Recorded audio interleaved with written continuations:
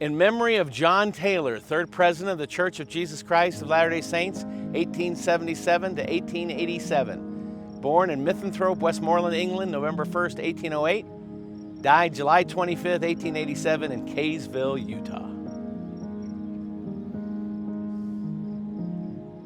Have you ever just hung out at a cemetery and checked out the different grave markers? There's all kinds of stuff on YouTube of people that want to see the grave sites of famous celebrities or historical figures, and you can just watch video after video learning about where famous dead people are buried. One of the things that cemeteries do for me is remind me that the circle of life is continuous, and the things that happened 100 years ago or 200 years ago, or the people that were alive back then, they had to deal with things in their time. And it reminds me that we have to deal with things in our time. And when it comes to dialogue, sometimes our history is very, very helpful and needed to understand where we're at. But sometimes it can be a big negative too, because we kind of hold people to the past of their organization, and we hold that past against them as if we can't have a current or present conversation about what is going on in the world of their church or their religion or their belief system today.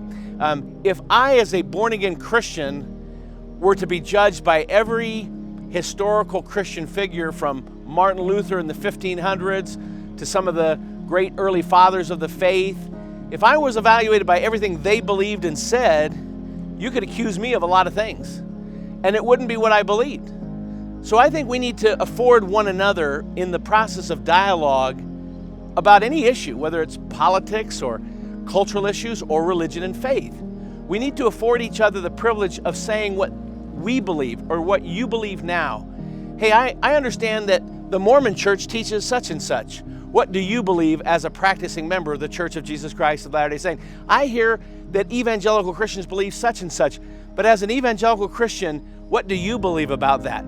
You see, by acknowledging the historical context, we acknowledge what we know, but we're willing to be informed by the person that we're talking to's present knowledge and affirmation. Because not everybody who's a member of any group believes everything that they have ever taught or everything that they say they even believe. There's no monolithic Muslim. There's no monolithic Latter-day Saint. There's no monolithic Catholic or Protestant or evangelical. There's great diversity right within our own community. So we have to give each other the benefit of the doubt, not holding the past against each other, but learning together, what do you believe now as a member of your faith? So let me give you an example of what I mean. And these would be items that evangelicals typically will hold against Latter-day Saint theology in what we might call more confrontational, apologetic conversations or debates. They might say that, Brigham Young once upon a time taught that Adam was actually God. And early Mormons believed and affirmed this concept under his presidency, that the first human being, Adam, was actually God incarnate who came down and started the human race with Eve. And it was called the Adam-God doctrine.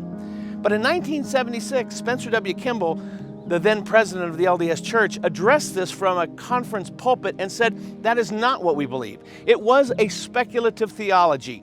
And we want to say clearly and unequivocally today, Latter-day Saints do not believe that Adam was actually God. That was something that President Young taught, and he was the only one that taught it, and we don't believe that and we don't affirm that. So I want to give credit to the Church of Jesus Christ of Latter-day Saints for saying, hey, that was something that was taught by a leader, but it's not what we believe today. Now, some people can say, yeah, but doesn't that create a problem? Because if Brigham Young was the president of the Mormon Church and he was teaching something false, and you have to correct him 150 years later, doesn't that mean you had a false prophet? I think we have to give credit where credit is due.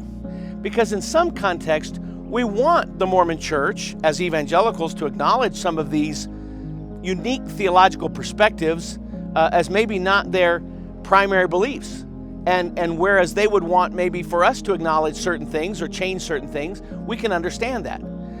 When the LDS Church, for example, changed their view and made a public proclamation that people of African descent or people of darker skin could now embrace the full benefits of the Mormon temple or the Mormon priesthood in 1978 when this was granted. This was a very controversial thing, and many Latter-day Saints who had believed one thing for many years, just overnight said, then if that's what the church leaders have said, we believe this. Now, evangelicals want to hold that past against the Latter-day Saint culture and not acknowledge this new affirmation of equality. But I think we need to give credit where credit is due. Many of the Protestant leaders of the 1800s, and certainly going back over church history, were equally racist. Martin Luther, who I admire greatly, was very anti-Semitic. He was very racist against Jewish people because he believed that the Jewish people had killed Jesus and therefore were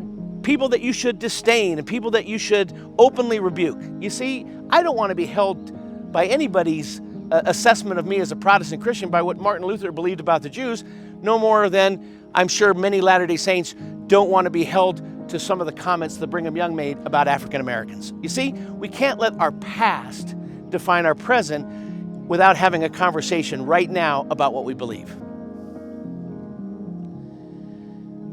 So let me summarize. We shouldn't necessarily use the history of a religion or a church to condemn people in the present for what once was taught. But if the fact that certain things do change over time, that the LDS Church, for example, does not exclude people of African descent from their priesthood and from their temples, if they no longer believe in the Adam God doctrine, that shows that they have moved in certain places to places where we Protestant evangelicals can say we agree with that. Now, the history is important. It's our starting point, and we have to be accountable to our history. And when we make theological errors and various things that we now denounce, we should acknowledge that. We should publicly apologize. But what it says more to me than anything is that we can have a present-day conversation, because clearly there are things which the LDS Church teaches and the evangelical Christian church teaches that are so different that we have to acknowledge those differences as creating a theological divide. Who is God? Who is Jesus? What does it mean to be theologically saved? What is sin and the sin nature? What is revelation? Are there additional books of Scripture? Those things are present-day issues that we still disagree over and that we contend concern for each other over. So when we acknowledge the past and see some progress, let's affirm it. When we acknowledge the past and mistakes of the past, let's acknowledge it and let's apologize.